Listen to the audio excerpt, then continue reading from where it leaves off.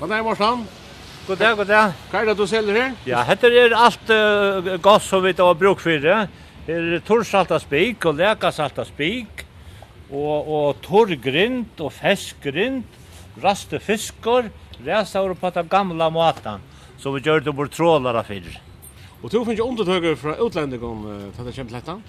Jag när sommar visste sig att ut till 40% av timen som köper grind och spik till utlänningar, till inte föringar.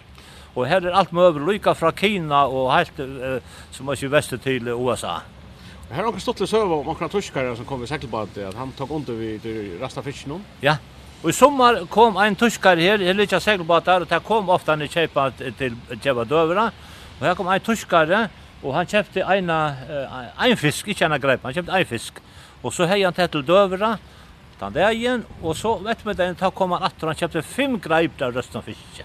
En tyskare, han kan prova det finns. Här i sommar säger du att det var 30% som var sett till utlänningar. Iver har tror middel 30-40% av grind och spik vill sett till utlänningar, inte föringar. Så till utlänningar som är förvittner och spänter på grindarna och på spiken? Ja. Och ta sig att det är här är öla självsamt att få och en fransman var här och han kom och köpte ett stycke spik och han spurte hur man hacklade det i sitt. Jag visste inte akkurat, jag säger vi han tog att skära det, sliceade det små bitar och så kan lägga det på bröd och som pålägg. Och han får så bort och prövade det och satt ner dagen kom han att och köpte för 300 kronor och tog spik.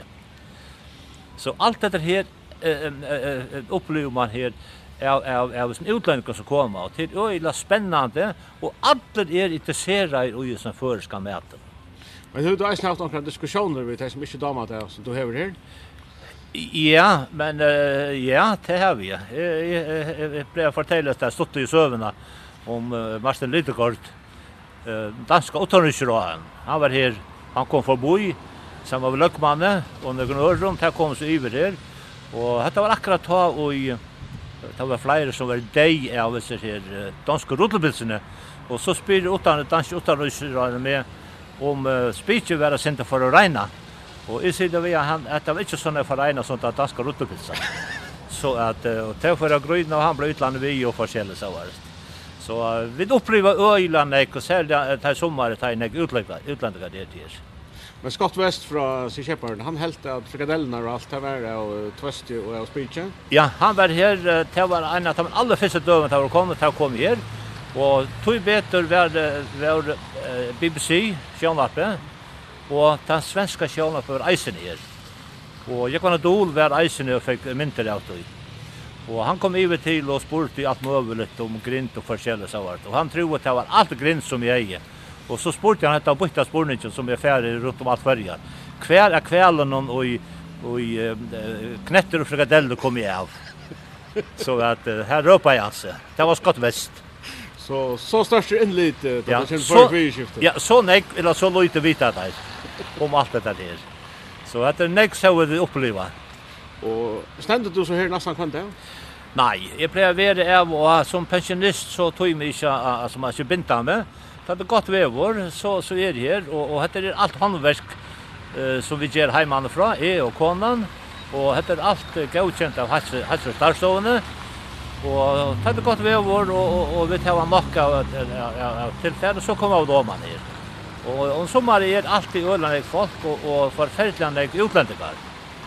Och bara sommar alltid till 5 eller 6 sjönvarps hållt ved här och spurst särligen om grintadrap och sig käppert. Ja, det var. Och flera timmar har vi i hus och en isen. Så du tänker utlänningar här via äta isen? Ja. Det var några solkoreanare, här kom vi hem och här ville ha vita hur vi åt gjorde frikadeller och hur vi åt där och här skulle sitta över bord i isen. Och det var också köpte lite att jag ser solkoreanare, här hade köpt 2 flaskor champagne så att det skulle ha vi att vi frikadellen då. Det första för jag prövat här. Tackar resten. Ja, nej, inte så gott alltid, det är som man säger. Det är bättre till och en gåan buff och så varst så att jo, jag har det här det som är gång 4 säger. Och är förfärliga när folk går joggen sommarmånader. Och han har fått ta extra nu väl under. Hanna folk är i öjla väl nökt, vi är så goda vörna och det är till som och så kommer 55% av dem som kommer till som så kommer köpa. Men det så säger att det har en industrikök uppe i Faroe. Ja, vi har industrikök Faroe. Som vi godkänt har till starstånd. Och det här är förfärligt gott och spännande.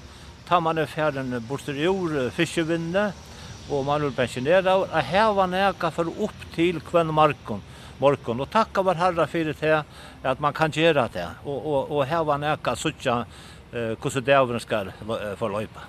Det är som Bill Cosby säger, it's not a matter of how old you are but how you are old. That's right. Ja. Ja. Men jag ska lägga ett Mortan. Ja, tack för det. Tack för det att du kom förbi här. Ja, nu får jag filma så gå över så där.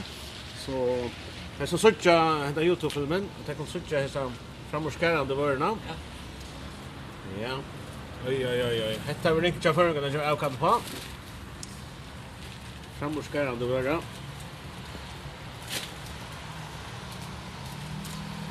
Det är favoriten till Tórshavn lustbadas cyklar om. Ja. Du får en packa av frikadellon för åtta. Tack för det. Och du ska inte köra där i mikron, du kan inte köra där i ovnen, ytla pannorna tar du hittar där. Yes. Första flocksföra. Detta här är skruppeflök och till sålas att öde reas bein, här inte bein i skruppen. Knetter, vi tolkoi, lampstolk, inte mjöl, och selv i øyla nekt og til som har glutenproblemer. Og det ser man vid frikadellen. Og skrevet lest og beinfrøy toskafløk.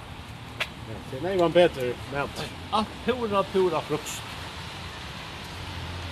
Så.